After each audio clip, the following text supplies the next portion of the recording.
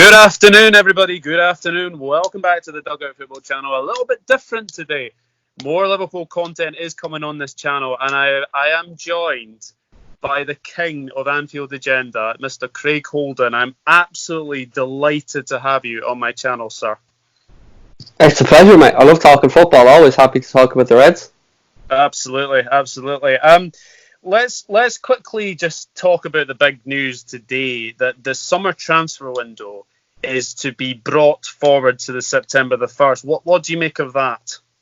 I have to say, I was a little bit naive on this initially. When the Premier League clubs closed it before the start of the Premier League season, I thought, oh, that makes sense, because you don't want players perhaps being able to play against a club 3 times in the league.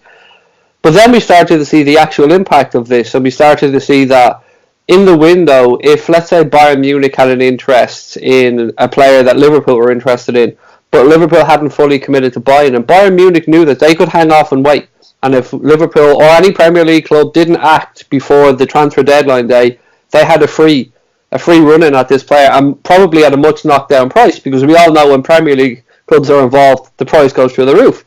So it put us at a disadvantage in that sense, but also it allowed clubs to come in and perhaps destabilise players in Premier League clubs as well, because they know that if let's say they hadn't played the first couple of games of the season for the club and it's looking like there might be an impact player from the bench, and then let's say Leverkusen come in and go, hey, do you know what, we've a spot over here for you, mate. It put us at a disadvantage in every way, so I think it's proper order until perhaps you can get to a point where European leagues can find this date where everybody agrees on, and that's difficult because leagues start and end at different points, and some like Ireland, for instance, have a summer league now because the weather was so bad they moved it and the league starts and ends earlier.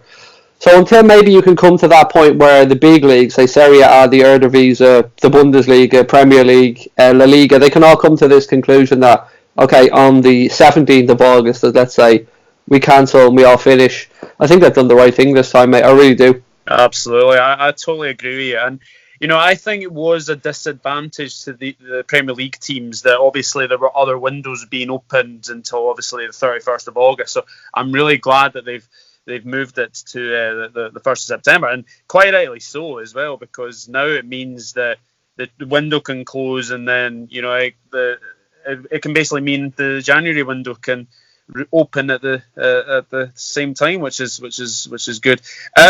Obviously, we didn't do any business in January. Obviously, Mino. What have you made of his impact so far? It's really difficult to assess. I said this on our own channel. What really impressed me was after the Shrewsbury game, the away game.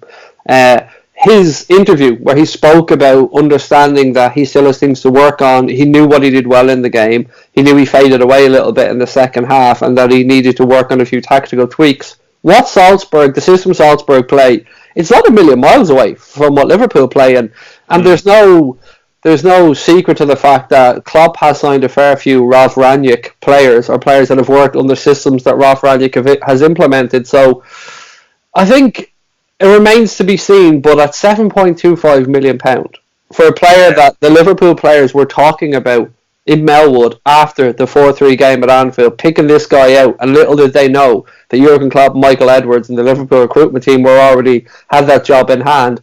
I think it's going to be an absolute bargain, mate, but it's impossible to judge anybody at this stage. I think he played a total of 150 minutes for Liverpool, maybe something along those lines. Yeah. But I love his awareness. I love to see when he was playing, he was pointing where he wanted it. He wasn't shy about putting himself out there. All the right signs, all the signs of a Jurgen Klopp player. Interested that when he has started, he was playing through the centre in the first game. That really shook me. I'm not going to lie. I was thinking, what's going on here? Because I imagined him to be either someone that will play in the hole behind the front three or to come in from a wide position. So to see him through the centre, I was like, interesting. Is this a Bobby Firmino, not replacement, but option for Klopp if he needs to give him a rest? What was your thoughts on it? I have to say, from looking at it, I thought he did well through the middle, but I've always thought of him as a wide player. So I think he is getting a lot better than he had. To be honest, to throw him in against Everton was huge. I thought he did very well against Everton. Shrewsbury, he had his moments, but apart from that, he will only get better. And like you say, for 7.25 million, it's an absolute steal in the market. Wasn't it interesting to hear that? I think it was United were willing to pay 20-25 million because they didn't know about the release clause, that Liverpool were one of the few clubs that actually knew, and that's because of the good relationship we have with, I suppose you could say, the whole RB brand. I know Leipzig's a different club, we bought up in Salzburg, but the way we bought Naby Keita, Liverpool have good scouting, well, clearly much better than United at this point in time, and we knew about that clause and triggered it very, very quickly. Like, what do you get for 7? Well, I suppose we could say we basically got an Andy Robertson for a few quid more, but in this day and age, in this market, when you're seeing Manchester United going out there and signing a Gallo for 6 months, and when you're seeing players going for ridiculous amounts of money that haven't proven themselves, 7.25 million it's definitely worth a punt. Yeah, it's an absolute steal. Actually, on United, our thoughts are with everyone connected to Manchester United today on the 62nd anniversary of the Munich air disaster. It wasn't just a football tragedy; it was an absolute human tragedy. So our thoughts are with everyone at Manchester United. Thought I would just say that as a wee tribute to the Munich air disaster there. Let's talk about the Shrewsbury game, because there was a lot of controversy over, obviously, this timing of this. Everyone was saying the youngsters, let's see what you've got. Boy, they proved everyone wrong, didn't they? They did. Just to quickly go back to the Munich air disaster, it's important to point out at times like this as well that football fans need to come together. They need to show respect. And behind the scenes, Manchester United and Liverpool Football Club have been extremely helpful to each other over the years. So as you said, our thoughts, best wishes, prayers are with everyone on the 62nd anniversary. Some things are bigger than football, mate. And as you've rightly said, congratulations on bringing the point up. The Shrewsbury game was interesting, wasn't it? It was like everybody wanted us to get knocked out. Everything was set up for the I told you so moment. Everyone was waiting for it to happen. But the kids and Neil Critchley had a different plan, didn't they? And they went out there and, look, it was a fortunate goal to win the game. Let's not. It was. But it was, I think, the first half, Liverpool completely dominated that Shrewsbury team. Second half, Shrewsbury came back into it, as you'd expect. But I'm so proud of those kids, mate. I'm so proud. Like, we can call it an under-23s team, but as Critch rightly pointed out, it was an under-19, under-20 side, captained by Curtis Jones, who just turned 19 years of age. I mean, what a player we have on our hands there. He's just getting better and better. I mean, obviously his goal against Everton, I mean, he's been in and out of the first team. He's been on the bench a couple of times as well. We've got a special player on our hands, haven't we? Well, we certainly have. It's great to see that he's almost disappointed that he's not getting a start in the first team. Like, I remember his interview after the I think it was the third round against Everton, and he was being interviewed on the pitch, and he was basically saying that he didn't want to be disrespectful, but he wants to be knocking on the manager's door and reminding him that he's there, and that's what you want to see in a young player like that. You almost have to have that self-belief, and I won't say arrogance, but dude does have a little bit. We've seen the moment where he nutmegged German and ended up getting a clatter in the face and a bleeding nose from it, but he's full of confidence. He's leadership qualities in abundance. We've seen that. Also proud of him. I was so proud of that group. And Neco Williams as well, who was my man of the match. I think a lot of people's man of the match. I mean, we talked about needing cover at full back. Well, I think we can scratch off the cover at right back because that looks sorted. Oh, Neco Williams. He's another one who's been really impressive since he's come in, and obviously he's got more clean. He's got more assists than Trent Alexander than Aaron Wan-Bissaka. So that's look, it can't be making those comparisons, to be fair. And I hate these comparisons of any players. I mean, people keep saying on our streams, and you probably get it a lot as well, do you want Salah or Mane or Firmino? Like, no, we have them all. Let's just enjoy them all. We've got all of them. Let's just sit back and enjoy them. One player that's actually stood out a lot when he's played, and it's a shame the way his contract is as well, is Pedro Chiravella. I mean, I thought he was excellent in that. I like to call it the almost Lallana-esque role of keeping things ticking over, being in the right position, sometimes dropping into that quarterback position or splitting the centre backs when needed be, like Hendo does at times as well, and Fabinho does. Interestingly, his contract runs out in the summer. We will, of course, probably sit down to offer him a new deal, but as well, you can fully understand from his position. He's been at Liverpool, I think, since he was 16 or 17 years of age, and it hasn't quite worked out for him yet, but there's a player in there. Yeah, definitely. Yeah, absolutely. He's been terrific since he's come in as well. Played very well against Everton. And actually, he was one of the pickouts against Aston Villa. Obviously, the Carabao Cup game as well. What did you make of Matthew Upson's comments after the game on the debate? Though I thought that was a wee bit out of hand from him. It's funny because I tweeted about it, but I watched the entire show. He was a hypocrite. Like, I can't think of any other words. He contradicted himself 3 or 4 times, and he was basically just, when Jeff Shreve came back with an alternative point, he would just agree with it. But he said that it would have been better for the competition. The gist of it was, it would have been better for the competition if Liverpool had have gone out. And he tried to backtrack then a little bit to say that, it's about the magic of the cup. Well, a couple of things here. Firstly, you're saying Liverpool, I'm not saying Matthew Upson, I'm saying people are saying Liverpool are disrespecting the cup by Klopp not being there and the younger players going out. Well, they got the job done. And surely, if you want the cup to live, you want the big teams in it, and you want the big teams getting further in it. Yes, the knockouts are lovely. Yes, the giant killings are lovely. But the FA Cup will only succeed if the big clubs continue to prosper and do well in it. And to say what he said, do you honestly think that BT or BBC were sitting there thinking, right, we could have Shrewsbury, or Chelsea versus Shrewsbury, or Chelsea versus Liverpool? Which one do you think is going to give the cup more eyes, more views? And the whole, again, I'm not talking about Matthew Upson, but the whole narrative around Shrewsbury somehow being hard done by, I don't buy into that either, because they got their replay, which they thoroughly deserved, no doubt about that whatsoever. Wouldn't take that away from them. Liverpool sat down with Shrewsbury and made sure that they came to a price point that the stadium would be full, and I think it was like 53,000, I think was the attendance, and I think it was a sellout for the actual game. So £15 for adults, £5 for young adults, £1 for kids. And the fact we should be talking about here is that the FA were being petulant little brats in not giving companies like DAZN, SuperSport around the world the rights to show the game. So if we're talking about Shrewsbury being hard done by, well, what about that revenue that was taken away from them, from the FA taking the rights away from these channels that wanted to show the game? Yeah, exactly. It was just really, really strange, and I have to say, I think played Leicester City last Saturday. Sorry, a draw 2-2. Sorry about that. I tell you what, my Siri on my phone is I'm in the middle of a stream and it just jumps on me. All of a sudden it starts talking. There's nothing worse, man. These smartphones, they're listening. I know, definitely. So obviously the Chelsea game is now Tuesday the 3rd of March and it's a 7:45 kickoff. Do you think that will be on TV? Yes, absolutely, mate. Don't ask me what type of team we're putting out, though, because this is the conversation that immediately came up when we got past Shrewsbury is, do you think Klopp will play X and Y, or will it be the kids? Or I'm not going to lie, mate, the thoughts of a treble, the closer you get, it's pretty, I mean, I wouldn't mind shutting up the Manx, I'm not going to lie. I mean, a treble with a record-breaking points total, I'm not somebody that's even beginning to think about an invincible season, by the way.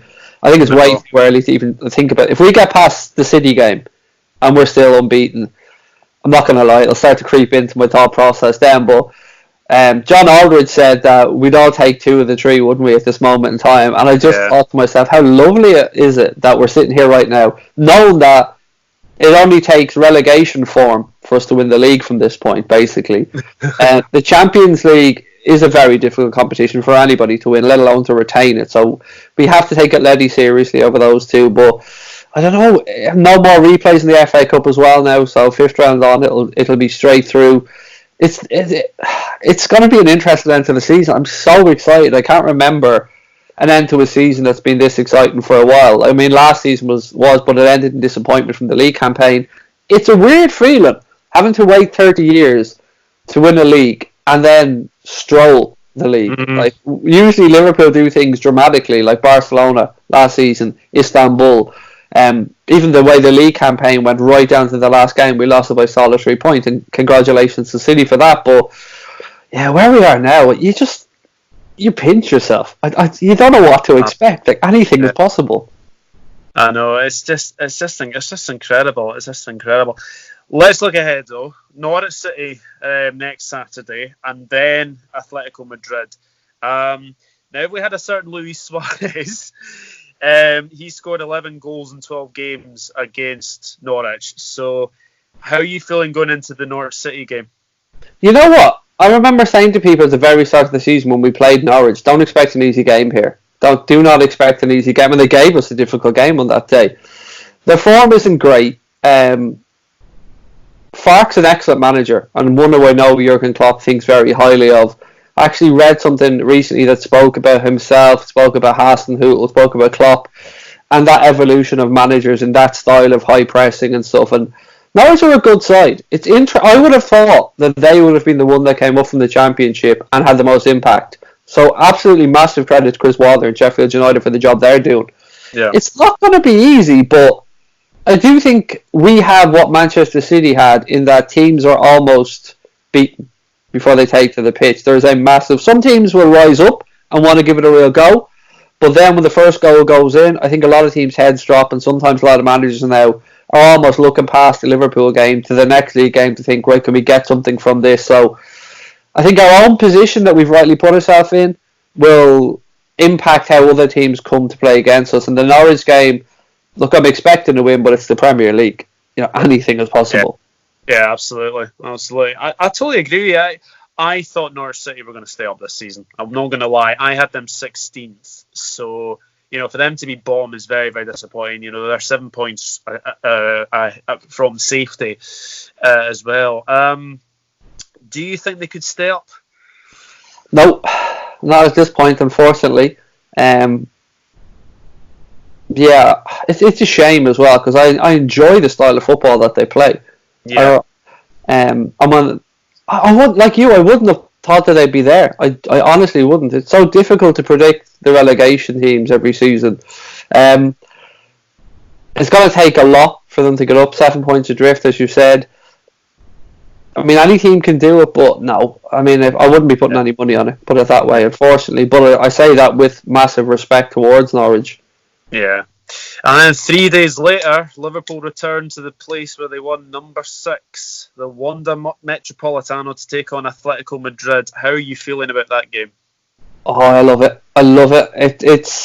I love the Champions League anthem. I love the fact that even on our channel we get to change the background a little bit for these games and what we use. We have a special guest coming up on our channel before those ties. I can't give it away yet, but I'm really looking forward to talking with this person about the ties. They aren't the Atleti of old. They're not the Atletico Madrid of a few seasons back. And Diego Simeone, we know what he's going to do. It's going to be attritional. It's going to be hard. They're going to be compact, hard to break down.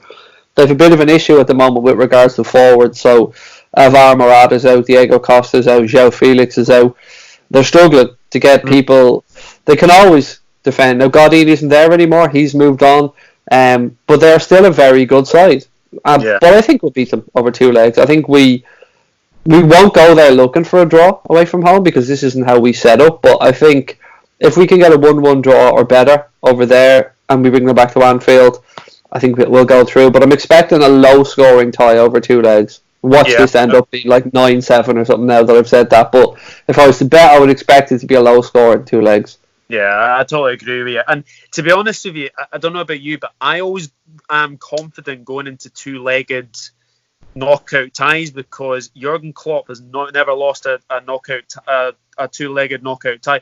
The only one I think he has lost was against Southampton in the League Cup when he first came to Liverpool. But that was a long time ago. So I, like you, I am very confident going into the Atletico Madrid game, and I also think we will go through. Do you think we can make it to Istanbul? It seems to be written in the stars, doesn't it? I mean, I was lucky enough to be there in 2005, and I was in Athens in 2007. But yeah, I mean, it's been done up. The stadium looks completely different to 2005. I've been looking at pictures of it. It's been redone over the years. Anything can happen in the Champions League, but as I've always said, it's going to take a very, very good team to knock us out over 2 legs. And Manchester City are the only team that I can see that could, if they put together, like Liverpool are capable of, that 30-minute period of excellence, where they completely punish us and don't do what they've done recently, which is almost try not to score. It's been weird. Like David Silva not taking that shot and I'm knocking the ball around, but they've their own tricky game coming up, no doubt about that. But I think they're the best two teams in the competition. I have to say, I've watched a lot of Barcelona this season, and the club is unhappy in general. You see what's going on right now with Abidal and Messi and stuff. Atleti, it's going to be weird, by the way, playing against Kieran Trippier. That's going to be odd. Yeah, that's weird. Like you would never have assumed Kieran Trippier go to Atletico Madrid. So that's weird. Yeah.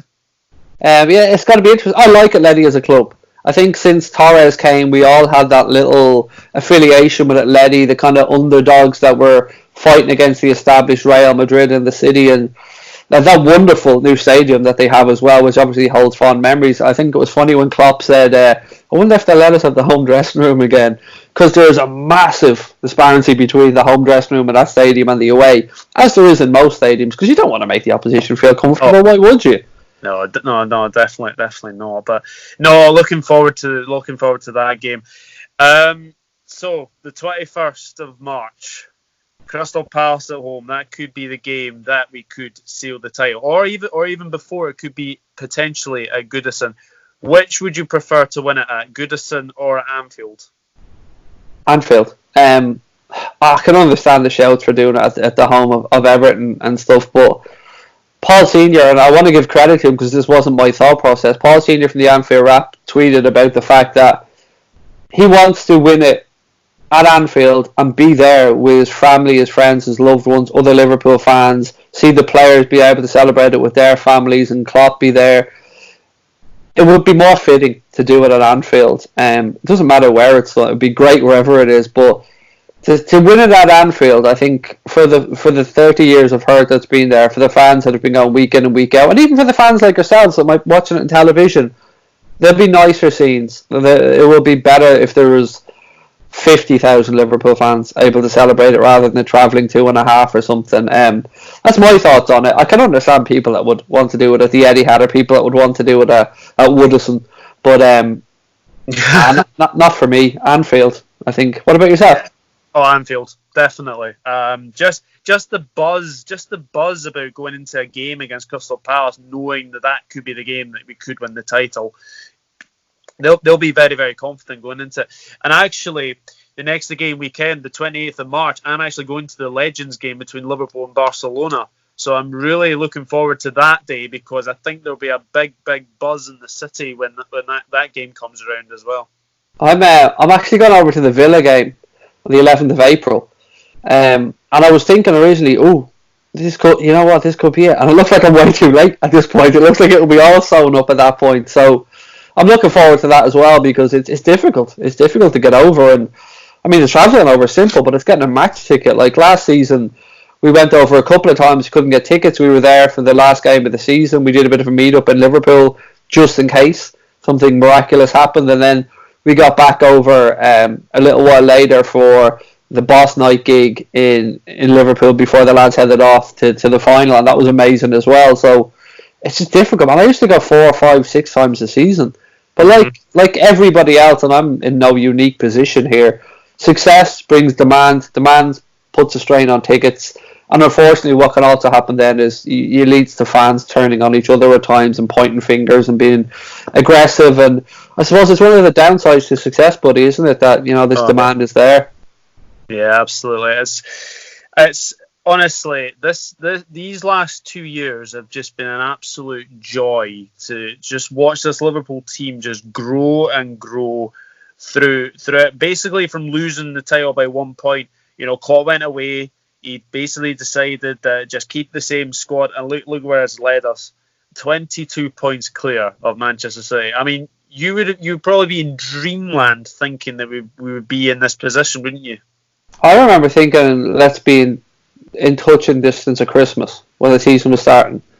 That Noel Gallagher video that he made for Sky Sports, I'm sure you've seen that doing the rounds as well. That's been rammed back down this throat, hasn't it?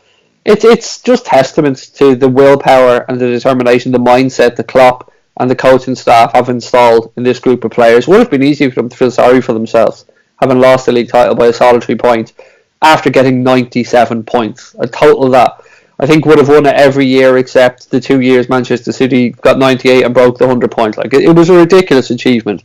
So, as you said, to come back this season, and we've had luck on our side at times. You need that to win a title, but what annoys me the most, mate, is people trying to find any way to undermine this achievement. Any way at all. I've seen people try to go from the VAR nonsense to other teams rolling over to refereeing decisions being given to us, even trying to talk about our spending of money on players and stuff like that. Just give us some credit, that's all. Nobody's asking you to bow down and worship, but just say, this season, they deserved it. That's all we want. Yeah, absolutely. I just do not get all these arguments with VAR. It's just, Anyway, what have you made of VAR in the Premier League this season? Before the season started, I was all for it. All for it. I have a couple of things I don't like. Look, we've seen the Raheem Sterling tackle recently. That was a yellow, and people debated about. I don't like things like that being shown in slow motion. I don't like handballs being shown in slow motion, because everything looks infinitely worse in slow motion. So I think for those decisions, they need to be at full speed. The referee sees them at full speed. It's good that if he gets to see a different angle of it at full speed, brilliant. Maybe he didn't see something from the angle he was standing at. I think the referees need to look at the monitors more and know that they've been encouraged to do so for possible red card incidents like that. Offsides are the big one. I think the offside things are the one that are getting on most people's nerves. There's the spirit of the game argument against the exact science argument. Is it a millimetre offside? Is it offside? Or is there this whole give the advantage to the attacking player? I believe that the technology isn't there yet with regards to frames per second on the cameras and the speed. It's not for me to decide whether a millimetre is offside or not. I would like the advantage given. I don't want goals taken out of the sport. It's going to drive people away.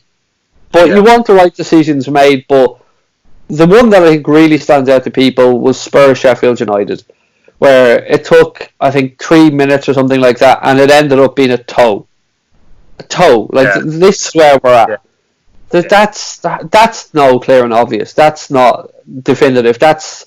And then you've got the incident with the Manchester City Spurs game recently. The 2 minutes and something that elapsed between the penalty, correct penalty by the way, and not being awarded, play allowed to go on. In that time, so many things could have happened. Don't mind the goal. Don't mind the fact that Spurs had scored, because that would have been chopped off. Player could have been injured. A tackle could have went in. Somebody could have pulled up with a hamstring. There's no way that Stockley Park couldn't have just said, you know what, blow it up, penalty. Now, I've heard the explanations that I had to get to a neutral zone on the pitch before the referee could stop it, because if Manchester City were on the attack, you had to allow them that advantage. But if Spurs went down the other end or went to the middle of the pitch, just blow it up. It's ridiculous, mate. And then I really want to know, and I asked this question on Twitter, is there a directive for the referee to then take that 2 minutes that elapsed that is now irrelevant and add that back on at the end? Is there an actual directive for the referees for that allotted period? Because let's not forget, whatever happened in those 2 minutes is now irrelevant. If it had been a goal, it would have been chalked off for Spurs. City had a score that would have been given. Yeah. But these 2 minutes now are irrelevant because the penalty incident. Then you've got the whole stuff around the penalty. I don't see the time being added on. That's my frustration with it. Yeah, it's absolutely ridiculous. So, obviously, the player of the year, that's going to be very, very soon. Now, Liverpool players, I mean, you could probably go from Henderson to Alisson to Mane to Van Dijk to Trent Alexander-Arnold. Who do you think is going to get player of the year? I have 3 people that I think can make a genuine argument for it. Sadio Mane, Jordan Henderson, and Kevin De Bruyne. Those 3 players for me, I think, can make a solid argument. I think it will be more palatable for opposition fans if it was Sadio Mane than Jordan Henderson, because like Virgil van Dijk not winning it to Lionel Messi, it's easier to quantify a forward and say he has so many goals and so many assists, but to quantify the work or the goals that Van Dijk has stopped or the interceptions that somebody like Jordan Henderson has made in midfield, it's much harder to quantify those and make those arguments. Now, we see them week in and week out. We see what N'Golo Kante did, by the way, when he won Player of the Season, and nobody denied that. people are only starting to come around to Hendo now, opposition fans, and fair play to some journalists as well who are starting to now rightly speak up. I think Sadio Mane will win the Player of the Year award, but I think Jordan Henderson might win the Writers' Player of the Year award. Yes, yeah. I absolutely agree. Trent for a young Player of the Year? Oh, if he doesn't win it, just stop with the award. I mean, there's an argument that he could be there for the actual Player of the Year, and like his statistics, if we're talking about statistics, he's basically a fullback that's playing as a winger. His statistics are ridiculous. So yeah, Young Player of the Year should be a shoe-in for him, but you can also make an argument that he should be up there in the nominations, high up the nominations for the actual Player of the Year. Absolutely. It's going to be very, very interesting. But for me, I think Henderson. For me, the way he has come back from basically being told in 2013-2014 season by Brendan Rodgers, you can basically leave. He was going to go out the door, but full credit to him. He said he doesn't want to leave. He's basically stuck by him. And to be honest, he would be so deserving of Player of the Year. I'm not getting the Manchester United arguments of Henderson's not that very, very good, or rival fans saying Henderson's not very, very good. For me, Henderson deserves to be Player of the Year because he has been sensational all season for Liverpool. We could have had Clint Dempsey. Just let that sink in. At that moment in time you're talking about, we could have had Clint Dempsey, and here we are looking at the Hendo shuffle. And he had Alex Ferguson talking about his gait when he was running, and you know, him thinking that that's one of the reasons why he won't be as good of a player. Any manager that's worked with Jordan Henderson has spoken about his determination, his character, his leadership abilities. I remember in 13-14 when he got sent off and he wasn't available for the running of the season, he took over the media duties to take the pressure off other players. He did so many things that we'll never see behind the scenes, but other people know about. Jordan Henderson is a natural leader, and you're right. Maybe it is nostalgic from our point of view. Maybe it is Liverpool bias, but it would be beautiful. But even if he doesn't, you know what, mate? He's still going to lift the Premier League trophy. He's still a European Cup winning captain, the Super Cup winning captain, the first Liverpool captain to lift the Club World Cup, and nobody's ever going to be able to take them away from Jordan Brian Henderson. Absolutely, he's just an absolute legend. And to be honest, 20 million. Everyone was questioning that fee, but look at the fee now. I don't think anyone's complaining anyway. Excuse me. So I did ask for a couple of questions. There was one from Scotty, who a good friend of ours on obviously Anfield Agenda. He was asking, what is our favourite ever Liverpool kit? Got a couple. So the 86 to 88, the one that was the Crown Paints kit that turned to a Candy kit that had the same kit. That my first shirt was the 89-90 Candy Fleck grey home or grey away shirt. That was my first ever shirt, so that probably is one that holds a lot of memories for me. But I would say either the 87-88 home shirt, or I had a soft spot for the 13-14 one as well. I don't know why. Yeah, I did as well, actually. I really did like that. I don't know if it's because Luis Suarez was tearing the league up in it, but I really did like that shirt as well. Yeah, I mean, if we have to talk about home kits, yeah, 13-14. This season's one, I've really grown to it. I didn't actually like it at first, but I've really grown to it. It's interesting. Put it that way. It's I like it. It's okay. I'm really intrigued to see what Nike are going to do next season. By the way, I'm really looking forward to that. I would have liked us to go back to Adidas, if I'm being honest about it, because imagine being able to go into the club store and buy all those retro kits with the Adidas badge on them. That would have been so good. But yeah, it'll be interesting. But yeah, for me, probably the 87-88 home shirt if I was pushed. Absolutely. Well, I can't let you go without basically saying thank you so much for coming on the channel. Thank you so much for giving your time to come and speak to me. It honestly has been an absolute pleasure to speak to you. Do you want to say anything before you go? No, just thank you to everyone that's tuned in to watch our channel and listen to my nonsense over the last couple of years. And what I've always said, mate, you thank me for coming on. I'm a football fan. I'm the same as you and anybody else. I don't, my shit stinks like everybody else's. I'm just lucky that for some reason our channel caught on and people have come along and watched it. And for that, thank you. And I wish everyone that starts up a YouTube channel, if you're thinking of doing it, do it. Have a go at it. And I wish everybody a success, because you know what? There's enough people around the world who watch all of us. And just thank you for having me on, and thank you for all the support.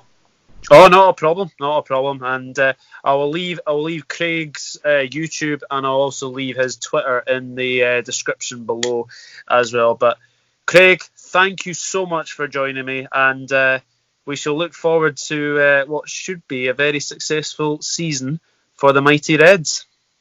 Thank you very much. No problem. See you later.